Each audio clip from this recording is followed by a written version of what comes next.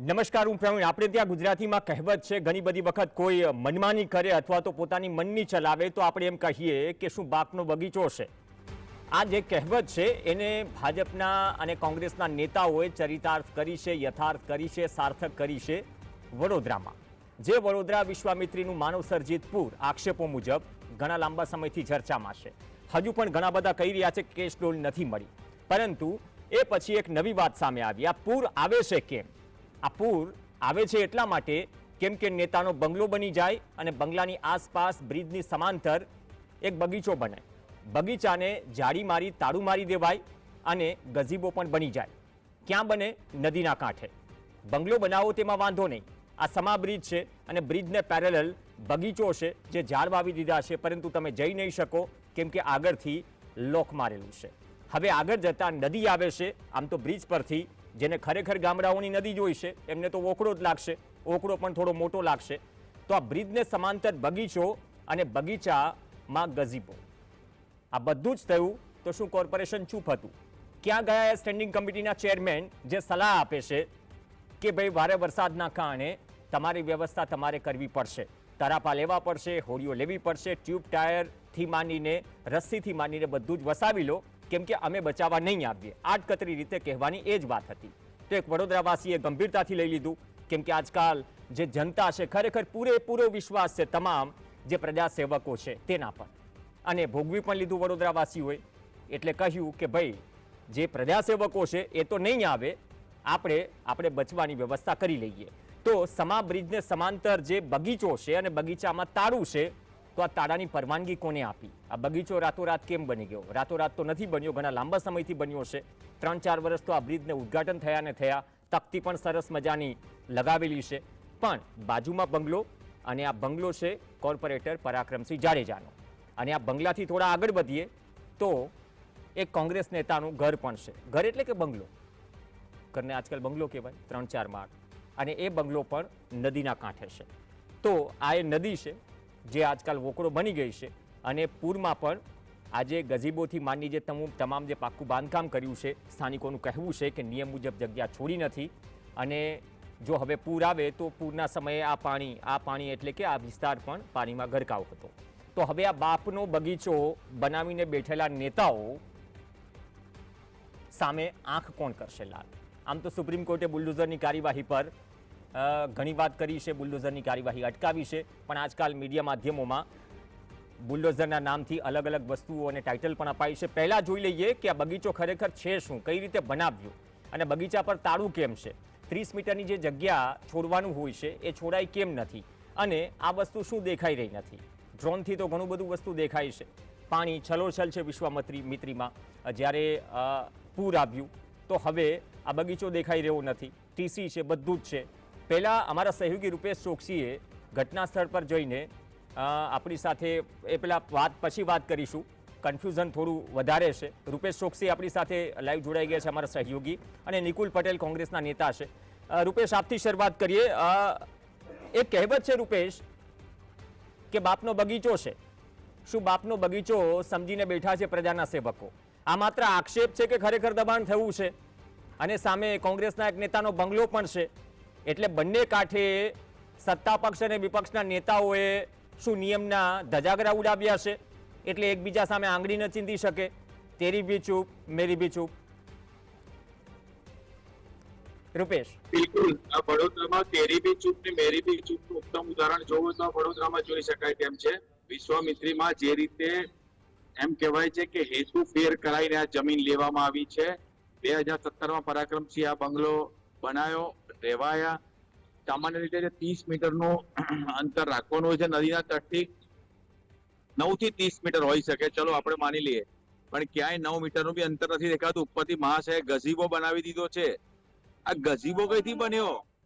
આ બધા કારણોને કારણે જ વડોદરાની અંદર જે પૂર આવ્યા, આ બધા જ કારણો છે વડોદરામાં પૂરાવાના. અને આટલેથી અટકતું નથી. જિલ્લાના જે અગ્રણી છે વિનુ જીવા, એનો પણ બંગલો પેરેલલ છે. માની લે કે વિનુ જીવાએ પણ દબાણ કર્યું કે નહીં કર્યું હોય ભગવાન જાણે, પણ દેખીતી રીતે સ્પષ્ટ દેખાઈ રહ્યું છે કે પોતાના બંગલા પર એને દબાણ કરેલું છે. હવે તંત્ર કેમ જાગતું નથી? તંત્ર કેમ એક્શન નથી લેતું? આટલું બધું પૂર આવ્યું, એમના બંગલા કરતા કરોડો રૂપિયાનું જાનમાલ જે નુકસાન થયું, જાનનું પણ નુકસાન થયું, કારણ કે 10 થી 12 લોકોએ પોતાના જીવ ગુમાવવા પડ્યા છે વિવિધ આ પૂર દરમિયાન, અને માલનું તો પારાવાર નુકસાન થયું છે. આ બધા માટે જવાબદાર કોણ? સૌથી મોટો સવાલ એ છે, કેમ જાગતા નથી આ સત્તાધીશો? કોના ડરથી નથી જાગતા? આ હેતુફેર કેમ થઈ ગયા? રિઝર્વ જમીન હતી, આ હેતુફેર કેવી રીતે કરાય છે? કોણ કરાય છે? કયા માફિયા, ભૂમાફિયાઓ આમાં સક્રિય છે? કયા નેતાઓને આમાં ઇન્ટરેસ્ટ છે? એ સૌથી મોટો સવાલ છે. જી, તમે કોંગ્રેસની વાત કરી રહ્યા છો, કોંગ્રેસના નેતા પણ આપણી સાથે જોડાઈ ગયા છે, નિકુલ પટેલ. રૂપેશ, આપ જોડાયેલા રહેશો 5 મિનિટ. નિકુલભાઈ, આ તો તેરી બી ચૂપ મેરી બી ચૂપ જેવી શું સ્થિતિ છે? આ ગાર્ડન કોઈને ધ્યાનમાં નહીં આવ્યું? ઝાડ ઉગડી ગયા, એક ગેટ બનાવી દેવાયો, તાળું મારી દેવાયું, ગઝીબો બનાવી દેવાયો, અને આ બધું જ પાણીમાં હતું પૂરના સમયે. તો પછી કરી શું રહ્યું છે પ્રશાસન, વડોદરા કોર્પોરેશન, જે આજકાલ અજીબો ગરીબ સલાહ આપે છે? વડોદરા મહાનગર સેવા સદનની વાત કરવામાં આવે તો એવું નથી કે ધ્યાન દોરવામાં નથી આવ્યું. મને પોતાને બી યાદ છે કે 2018-19માં અમારા દ્વારા બી એક રજૂઆત કરવામાં આવી હતી કે આ એક નદીના પટની અંદર બાંધકામ થઈ રહ્યું છે ને ગેરકાયદેસર છે, પરંતુ કોઈ પણ જાતના સુનાવણી થયા નતા. હવે જ્યારે કોંગ્રેસ હોય કે ભાજપ હોય, અહીંયા જ્યારે પ્રશ્ન વડોદરા શહેરનો આવે છે તો સૌથી વધારે જવાબદારી જે શાસક પક્ષ છે એમની એટલે વધારે આવે છે, કારણ કે એમને પ્રજાએ એમને મત આપ્યો છે, અને આજે હવે એમની જવાબદારી છે કે જે બી કોઈ ગેરકાયદેસર બાંધકામ હોય એને તોડવાની જવાબદારી એમની છે. બીજું કે હવે જ્યારે હેતુ ફેરનો જે પ્રશ્ન આવે છે, કારણ કે હું આ સમગ્ર ઘટનાક્રમને જે સમજુ છું એની અંદર ખેડૂતો જોડે શું કહે રિસ્ટ્રિક્ટેડ ઝોન કરીને ઓછા ભાવે જમીન લઈ અને એને હેતુ ફેર કોણ કરી શકે? તો જે સરકાર એટલે કે ગુજરાત સરકાર કરી શકે. એટલે કે આના છેડા ફક્ત વડોદરા શહેર સુધી મર્યાદિત ન રહી ગુજરાત રાજ્યના સચિવાલય અને વિધાનસભા સુધી જઈ રહ્યા હોય એવું સ્પષ્ટ સંકેત મળી રહ્યા છે. અને આની અંદર આ બહુ ખૂબ મોટા પાયે એક ભ્રષ્ટાચાર છે. હવે જે થઈ ગયું એને કોઈ બદલી નથી શકવાનું, પરંતુ હવે આ સફાળી જાગી સરકાર જો કોઈ એક્શન લે તો ડેફિનેટલી, કારણ કે વિજયભાઈ શાહે એવું કીધું હતું કે કોઈ બી ચમરબંધીઓને અમે છોડીશું નહીં, એ કોઈ બી હોય. અને અત્યારે જે હાલ ભારતીય જનતા પાર્ટીના નામ સહિત તમે જોઈ શકો છો કે એ વોર્ડના કોર્પોરેટર છે, તો સૌથી પહેલી શરૂઆત ત્યાંથી થાય, અને પછી જે કોઈ બી જેણે બી ઝોન ફેર કરીને પોતે જે પ્રતિબંધિત વિસ્તારની અંદર બાંધકામ કર્યા હોય એને તાત્કાલિક દૂર કરવા છે, કારણ કે વડોદરા શહેરની જનતાને જે તકલીફ પડી છે આ વખતે એ ખૂબ જ અસહ્ય છે. અને આજની તારીખે બી લોકોને જે પ્રમાણમાં જે વળતર મળવું જોઈએ એ બી નથી મળ્યું. એટલે કોંગ્રેસના કાર્યાલયમાં જ ગઈકાલે આના પ્રેસ કોન્ફરન્સ થયા હતા, બધા ડોક્યુમેન્ટ્સ પ્રેસને આપવામાં આવ્યા હતા, અને પ્રેસે આજે ખૂબ જ સરસ રીતે સમગ્ર વિગતને બહાર લાવી છે. આજે આપણે ચર્ચા કરી રહ્યા છે તમારા માધ્યમથી. નિકુલભાઈ, તમે આ વસ્તુથી જાણકાર છો?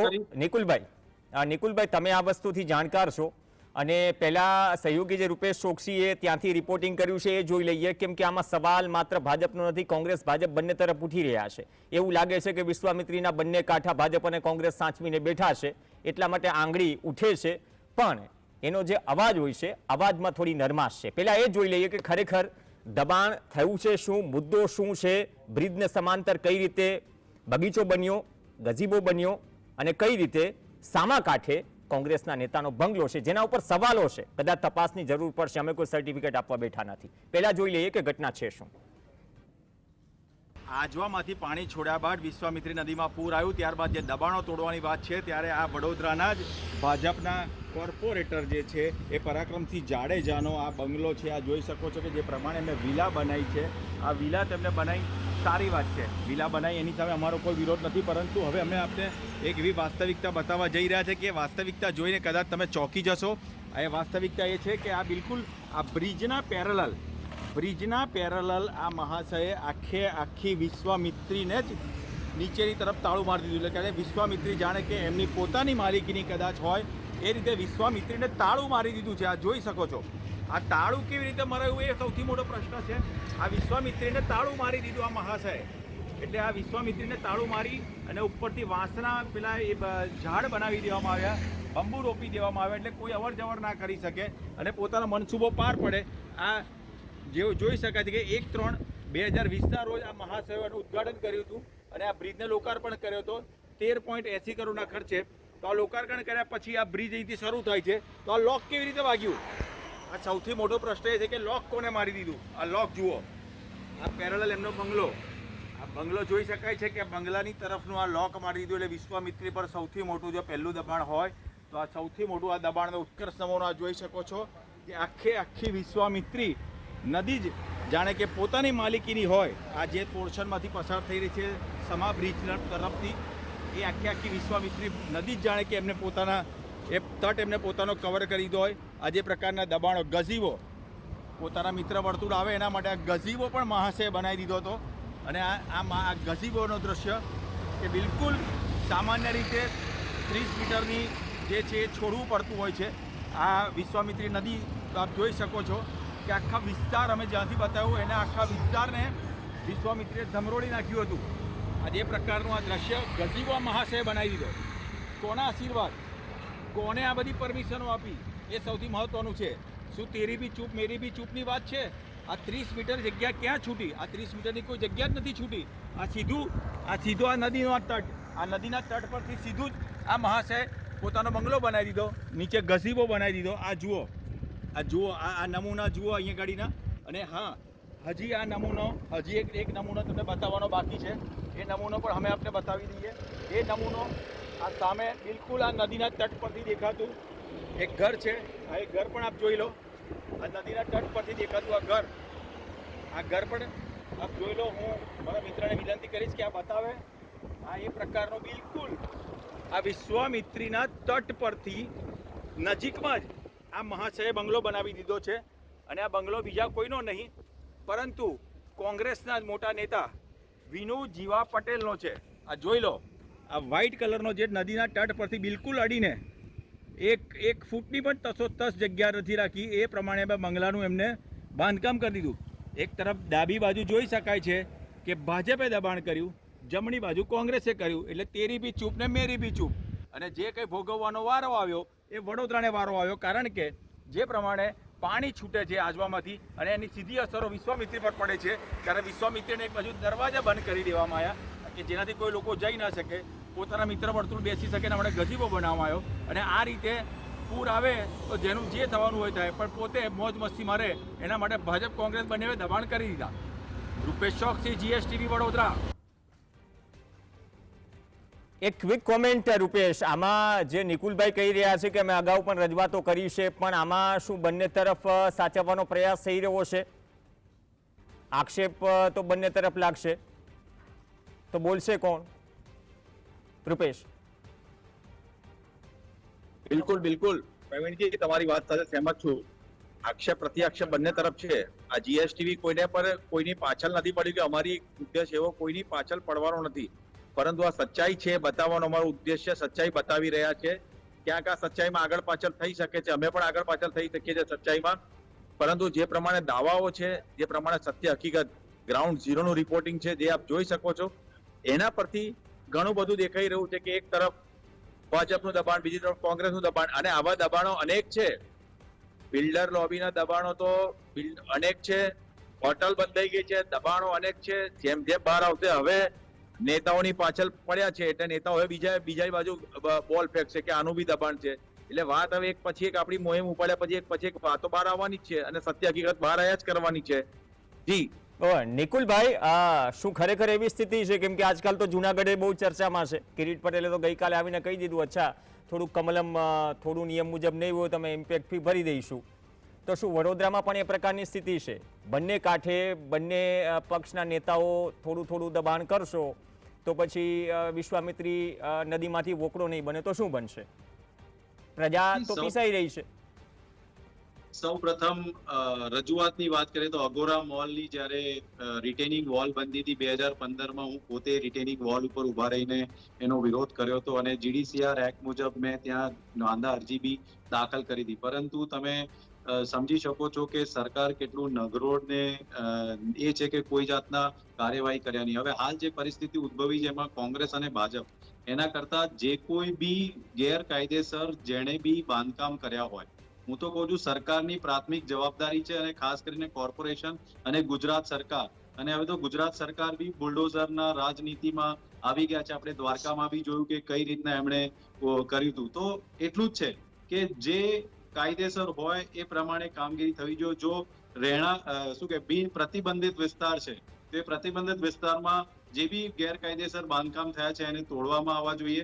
એવી કોંગ્રેસની રજૂઆત છે અને અમે સતત કરી રહ્યા છે. હવે પછી કોંગ્રેસના નેતાનો બી બંગલો હોય તો એને બી તોડવામાં સરકારે પાછી પાની ના કરવી જોઈએ. પરંતુ એટલું જ કહીશ કે અત્યારે વડોદરાની જનતાના હિતમાં તંત્રએ નિર્ણય લેવો છે ને અત્યારે ભારતીય જનતા પાર્ટીના ટ્રિપલ એન્જિનના સરકાર છે, નિર્ણયમાં બહુમતી છે, કોઈ પણ જાતના વિલંબ ના થવા જોઈએ, તરત જ એક્શન લેવા જોઈએ. કારણ કે સામાન્ય વ્યક્તિની એક નાની દિવાલ બી હોય તો દબાણ શાખાવાળા આવીને જે રીતના કાર્યવાહી કરતા હોય એવી તાત્કાલિક કાર્યવાહી થવી જોઈએ. અને અમને આશ્વાસન વડોદરા શહેર ભારતીય જનતા પાર્ટીના પ્રમુખે બી પોતાની પ્રેસ કોન્ફરન્સમાં આપ્યું હતું કે વડોદરા વાસીને જે તકલીફ પડી છે એમાં કોઈ બી લોકોનું હશે એને સૌ પ્રથમ તોડવામાં આવશે. ને આજે હવે જયારે સમગ્ર ઘટનાક્રમ ઓન પેપર વિથ રેકોર્ડ્સ બહાર આવી રહ્યો છે તો તંત્રએ તાત્કાલિક એક્શન લેવા જોઈએ. નિકુલભાઈ, એવી શું અમારી આ પ્રકારની રજૂઆત. પરિસ્થિતિ તમે એમ કહો છો કે ભાજપના જ નેતાઓ હશે દબાણ અને દેખાઈ પણ રહ્યું છે?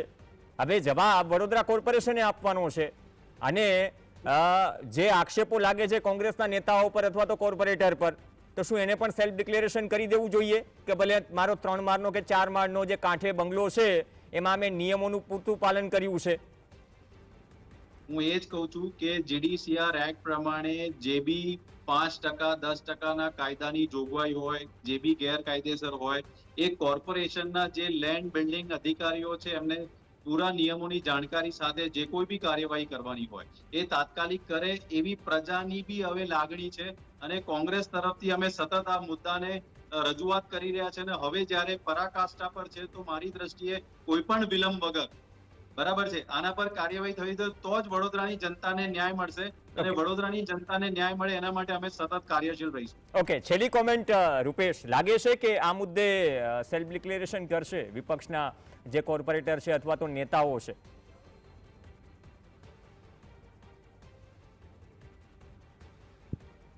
અવાજ નથી મળી રહ્યો. બહુ પ્રશ્ન છે પણ સાહેબ જાડી ચામડીના સત્તાધીશો છે, જાગે તો બહુ સારી વાત છે.